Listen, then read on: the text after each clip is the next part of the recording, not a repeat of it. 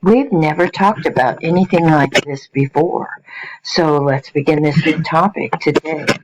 Hello, I hope you're doing well. I'm sorry I'm not there again, but my husband is still in ICU, so I go up there every day to be with him and make sure everything's going as well as possible. So that's the reason I'm not here again this week, but progress is being made, so I think I'll be back sooner rather than later. The new topic is called intermolecular. It means inter means between. Intermolecular means between. Inter. Inter is the same thing as saying between. All right? Intermolecular attractions hold neighboring molecules together. All right? Inter, between. All right? So, between two neighbors.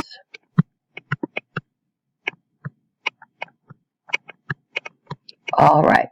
So that's what makes this different. Instead of being inside a molecule or a compound, this is between two compounds. So between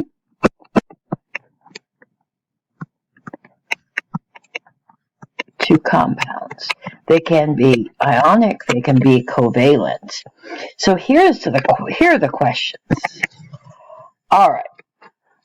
How are intermolecular forces between neighboring molecules different than the covalent or ionic bonds that hold a compound together? 2. What kinds of intermolecular attractive forces exist? Inter, meaning between. Inter, all right, different than the covalent or ionic bonds that hold a compound together. Covalent and ionic are called intra. And intra is the same thing as saying within. Oh, I'm going to have to make this smaller or bigger like that. Intra means within. Within. All right?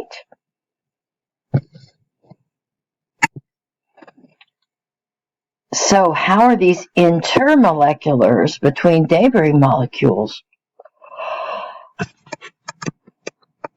or compounds different from the intra covalent or ionic bonds that hold a compound together? So intra forces of attraction. All right, these are forces of attraction. Hold two molecules together that are neighbors, or two compounds. All right. Whereas intra, within covalent or ionic bonds, these are the forces of the bond itself that hold a compound together. They're both forces of attraction, right? They're both forces of attraction. All right, so these are all about forces of attraction. And we know attraction is positive and negative attractions. All right, so all of these are about forces of attractions of oppositely charged, even if it's a partial charge, or even if it's just a movement of electrons. And how do we identify them? So there's two forces. The intramolecular attractive forces holding atoms together within a molecule, all right, shown by a line to represent the covalent or ionic bond holding the two atoms together. All right, just like we might say oxygen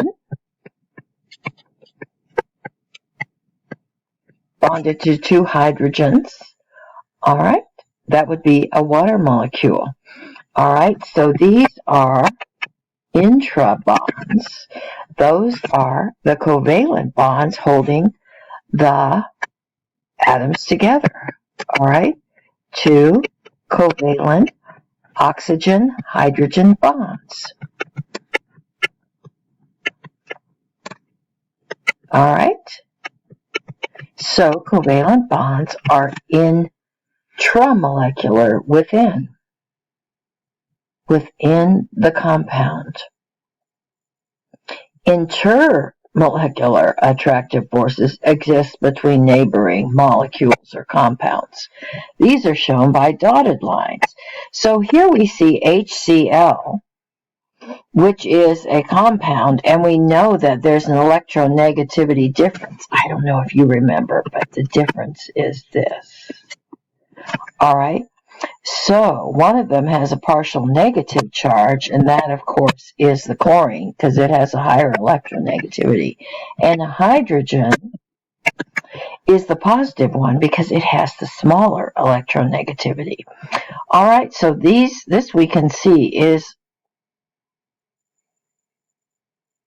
a partial charges.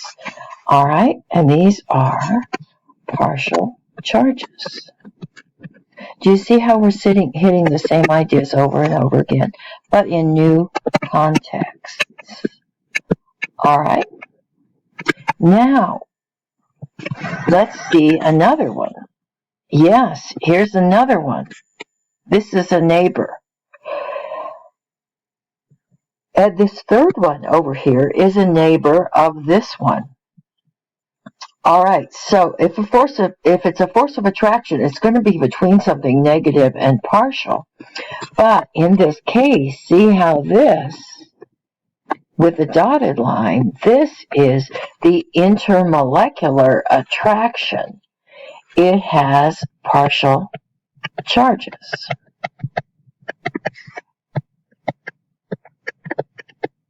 And notice they're opposite.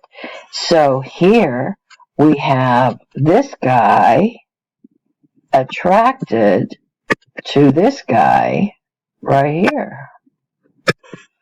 All right, so a force of attraction. But they're not on the same molecule, they're on neighboring molecules. And then notice the same thing occurs over here, that this negative chlorine right here is attracted to this positive partial charge over here. And it's a dotted line because the chlorine and the hydrogen are on different molecules. All right? So that's why it's called intermolecular attraction and between neighbors. All right, this is the covalent bond, the intra or within. All right, so what we're interested in are these new kind of bonds that are shown here by the dotted lines. All right, these are the intermolecular attraction. All right, that's holding neighboring molecules together.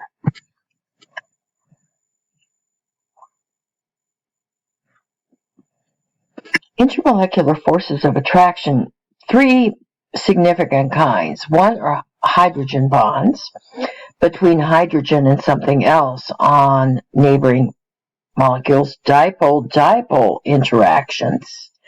Dipole meaning opposite charges. A dipole is what we saw up here. All right, this shows a dipole. Di meaning 2, right? Di meaning 2, as we learned in Greek prefixes. So it has 2 poles. It has a positive end and a negative end, or a magnetic is a dipole, a positive and a negative end. All right, so that's what a dipole means. All right, a dipole-dipole interaction. And then London dispersion forces. All right, these are very small. All right, we'll just put very small. Oh, why are you not writing? There you go. All right.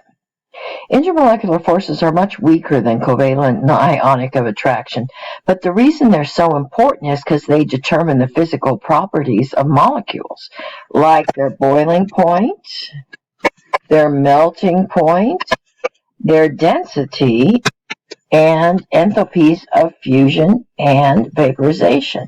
Do you remember us talking about delta H previously? That's an enthalpy. All right. So, the types of intermolecular forces that exist. All right, this is dipole-dipole, and this is exactly what we saw before. HCl. All right. This is the covalent bond. All right. But what we're interested here is this. This is the dipole-dipole interaction between the negative partial charge on one compound and the partial charge on another. All right, so this is what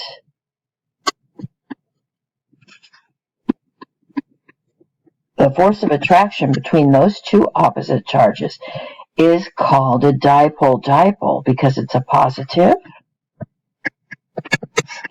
and a negative.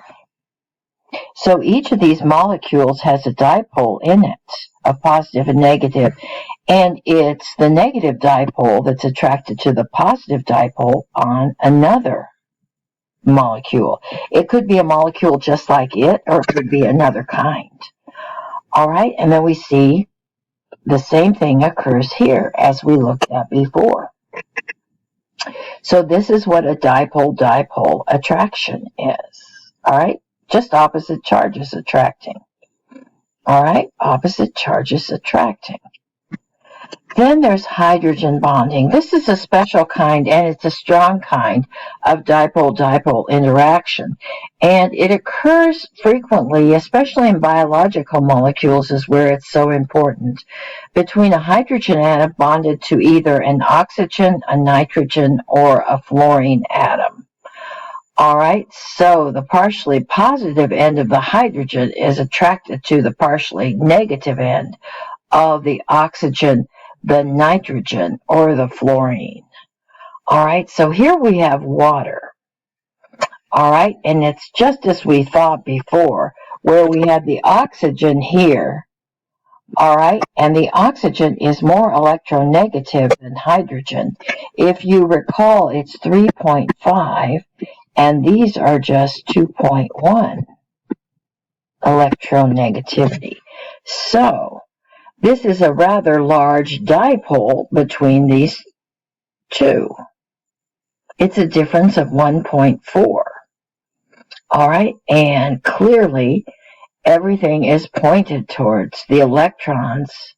This dipole, all right, goes that direction towards the negative, and this one also does towards the negative. Now, what about attracting? How does this work?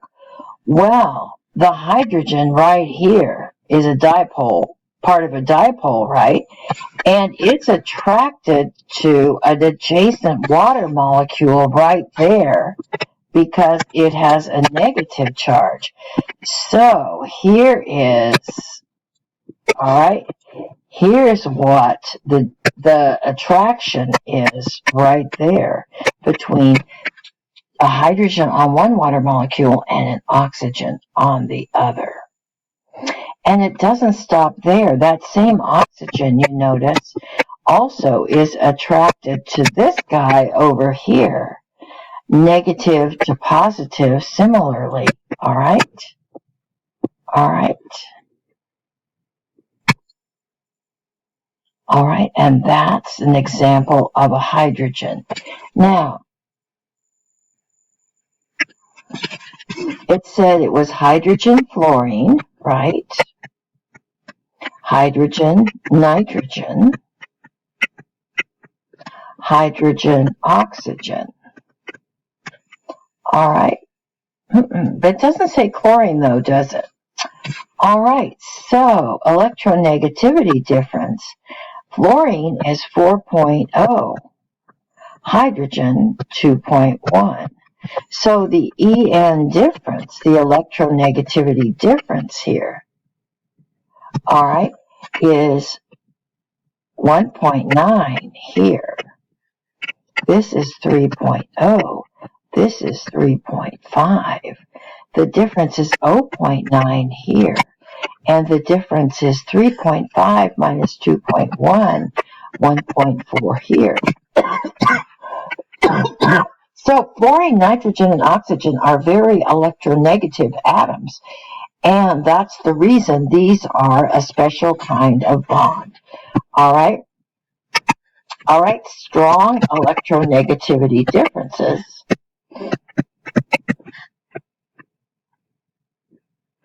generate a hydrogen bond.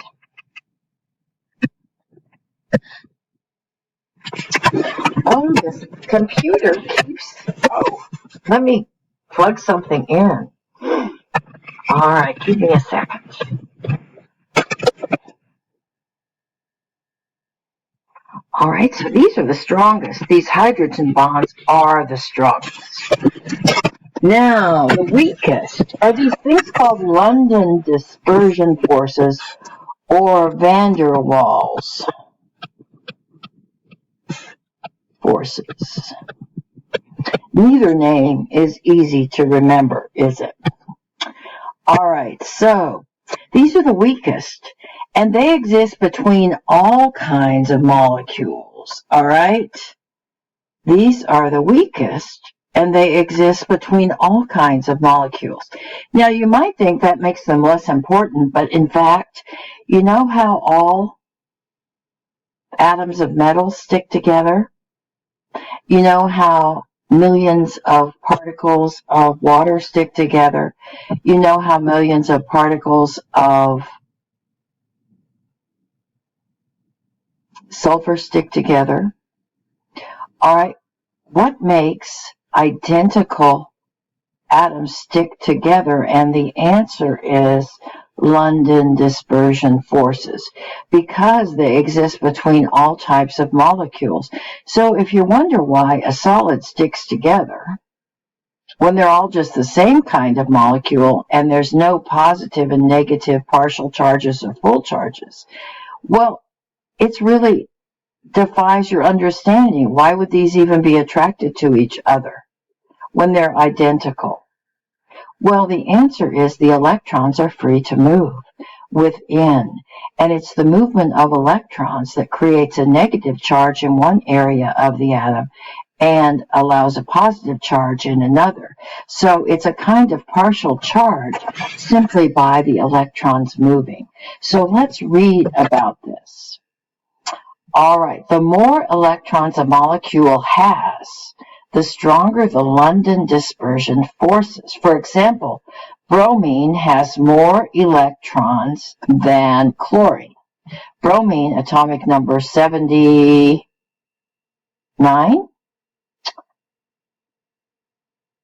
Chlorine, atomic number...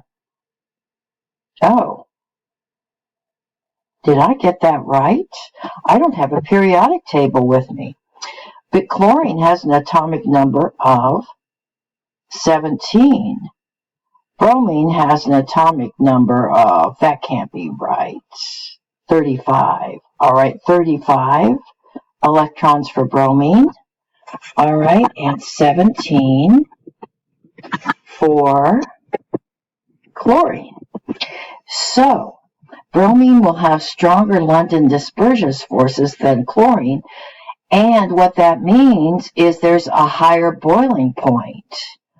All right, so the greater the intermolecular forces, intermolecular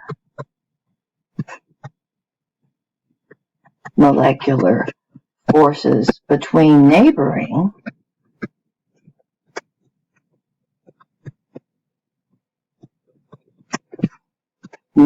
identical particles, neighboring identical elements or compounds,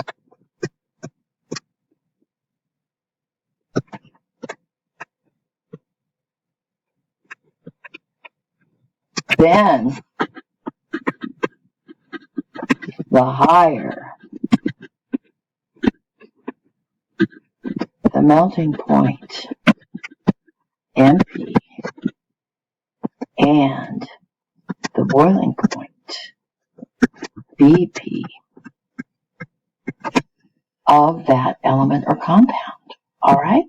So bromine will have stronger London dispersion forces, in this case than chlorine, resulting in a higher boiling point for bromine than for chlorine.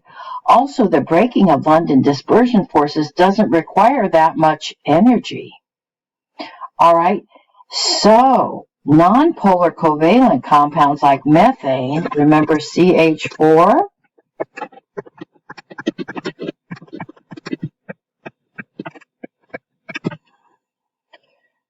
Which only have London dispersion forces of attraction, freeze at very low temperatures. Okay, so they will be attracted kind of like this.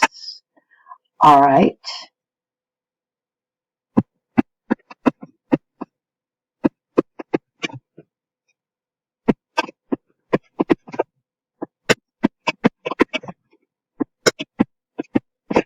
All right, so there's a connection between the carbon and an adjacent hydrogen. Just because they all have electrons. So carbon's electrons and their movement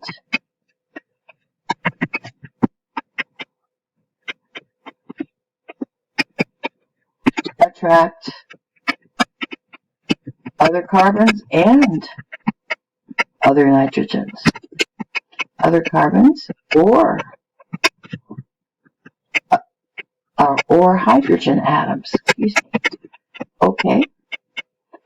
Yeah, it's not very strong at all, but these guys attract each other. All right. So this carbon is attracted to that hydrogen. This hydrogen can be attracted to that hydrogen because its electrons can move. All right. So the bigger the atom, the more electrons it has, then the stronger the London dispersion forces. All right, so here's a really good example of chlorine and chlorine. Chlorine and chlorine, everything's chlorine and chlorine. But despite the fact that there's a chlorine here and a chlorine here, there is an attraction, a London dispersion forces, because chlorine has 17 electrons. Each of them has 17. So in addition to the bond in between, there are these London dispersion forces in between, and they're weak, but they're present. All right. Weak. All right. They aren't covalent bonds because they're not between the two chlorines. These are simply the chlorine on one Cl2 molecule is attracted to a chlorine on another Cl2 electron by London dispersion forces. So, nonpolar covalent bonding between chlorine atoms. All right, so here's the covalent bonding, and then the London dispersion forces are between the Cl2 molecules. All right. Now, which is the strongest? Well, definitely the strongest of these is the hydrogen bond, and that's because of the electronegativity difference I showed you. All right. Dipole-dipole attractions between oppositely charged ions or partial charges, all right, partially, well, these are pretty strong, all right? But those super weak ones are these London dispersion forces because they're just caused simply by the movement of electrons. Caused by movement of negative electrons, right?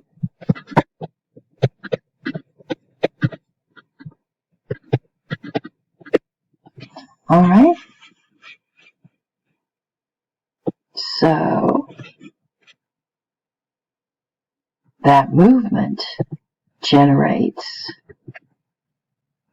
a little pocket of negative charge.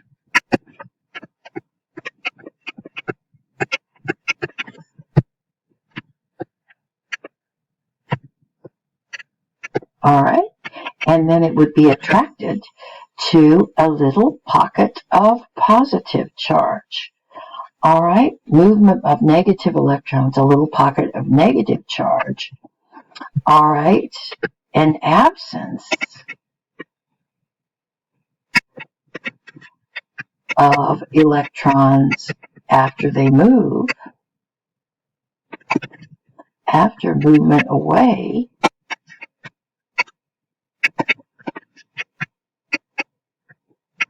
generates a pocket of positive charge.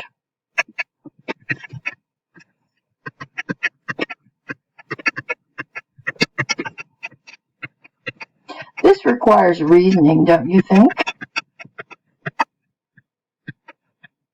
I mean, these are only tiny charges. But all you have to do is think about the movement of electrons because they're negative. Wherever they have moved from, creates a little pocket of positive charge.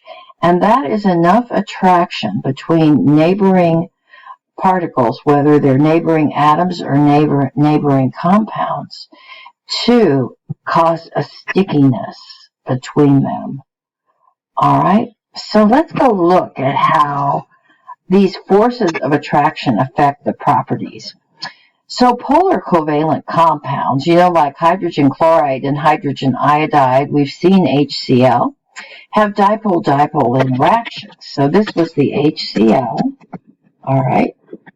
And then we saw between another HCl. All right, these are dipole-dipole interactions, partially charged ions, but there's still London dispersion forces between them. All right, so there's two. All right, so they have dipole-dipole, the strong one. All right, plus weak London dispersion forces between molecules. All right. So there's forces of attraction. So since London dispersion forces just depend on movement of electrons, all elements and compounds would share the London dispersion forces. All of them would have it. But some compounds only have weak dispersion forces. Nonpolar covalent compounds like methane and hydrogen, for example, N2, CH4, we saw that they only have London dispersion forces, only between molecules. So the rule of thumb is that the stronger the intermolecular forces of attraction, the more energy is required to break these forces.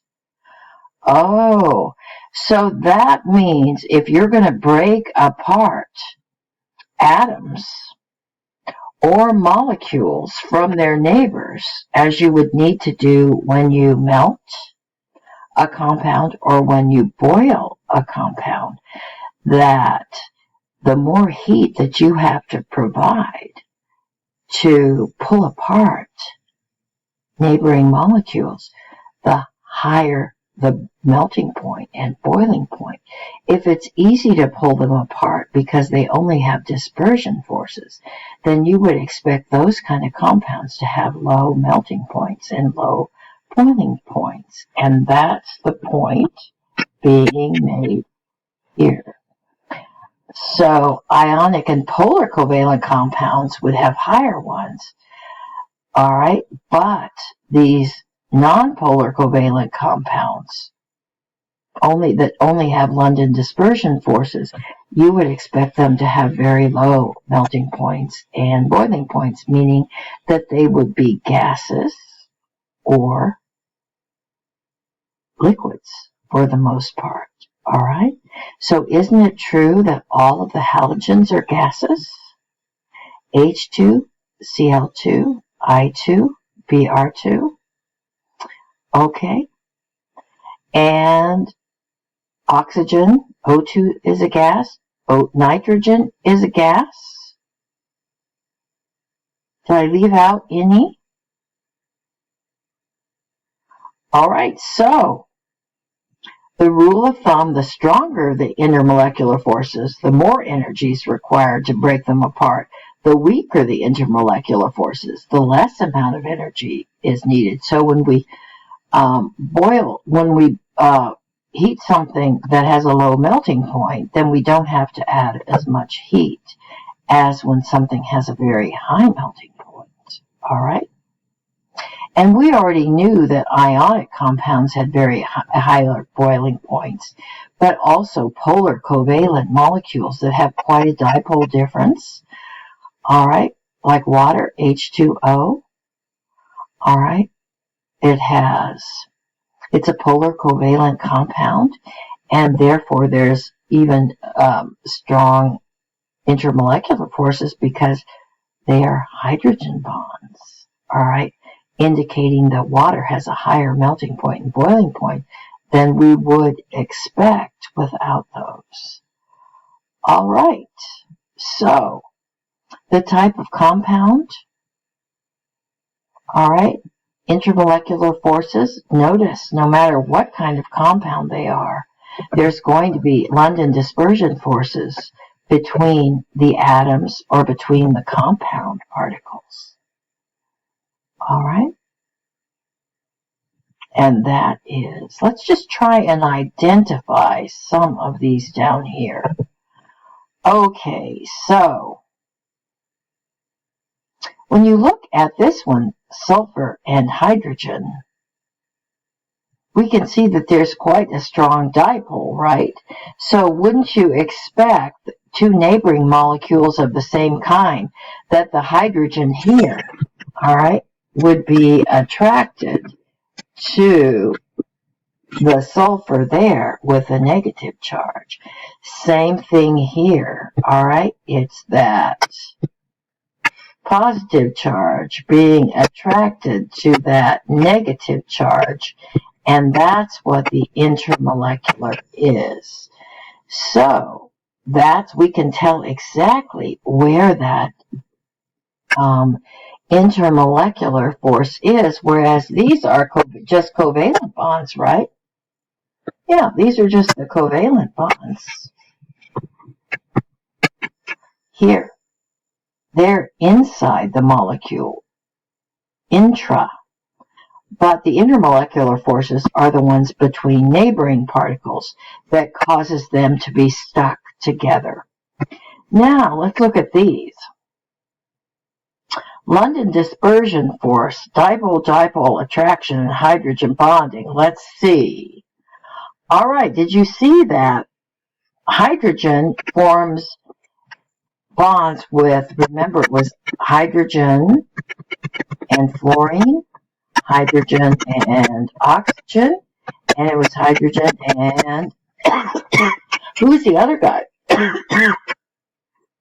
Who was the other guy?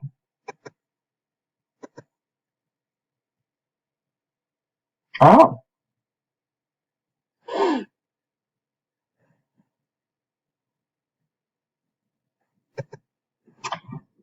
All right, let's see. And it was nitrogen, wasn't it? All right. So, let's look for, there's no fluorines in here, or nitrogen, so we must be looking for hydrogen oxygens. Oxygen on this molecule. All right. Hydrogen on this. All right, so that one is attracted to this one. All right, that's a hydrogen bond. Do you see any more hydrogen bonds? Remember, they have to be on different molecules. Well, there's one that looks like it, but see, that's on the same molecule, so it doesn't count. So this is just a dipole one. But between oxygen and carbon, all right, there's a positive and a negative here. So this would be a dipole. All right, interaction, because they're between partial charges. All right, now the London dispersion forces can be between any, because whenever is just whenever electrons move. Now, are electrons ever still? Aha!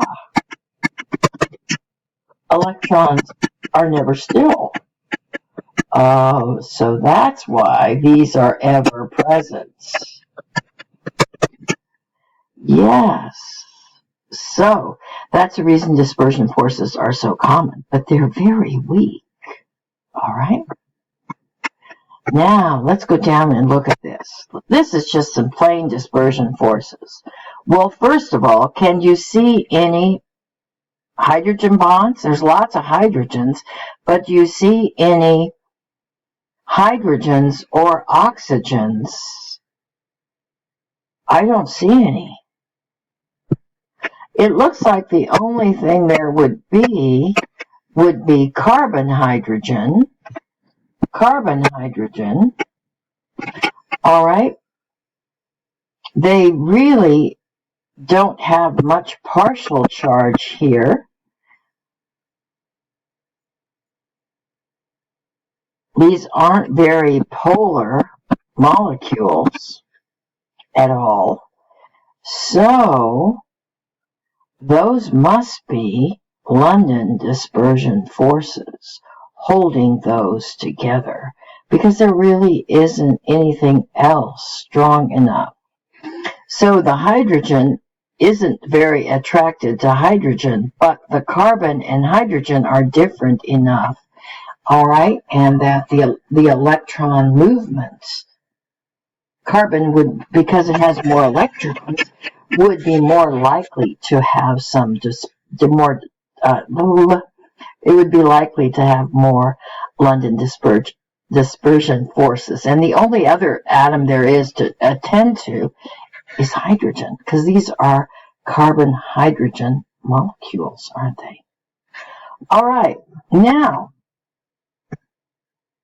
let's go back up to the top.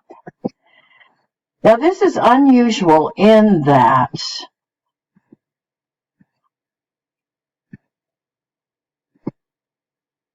this picks up on other things we've done before.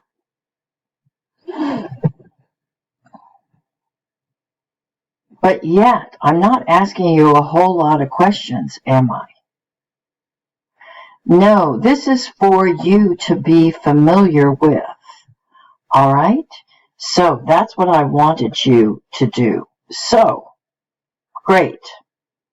Now tomorrow there will be testing, as we know, so sophomores will be able to finish all of this. Juniors will be able to probably finish some of it, all right? So there's an A assignment and a B assignment, and just do your best at getting them done, all right? Thank you. I'll talk to you later. Bye.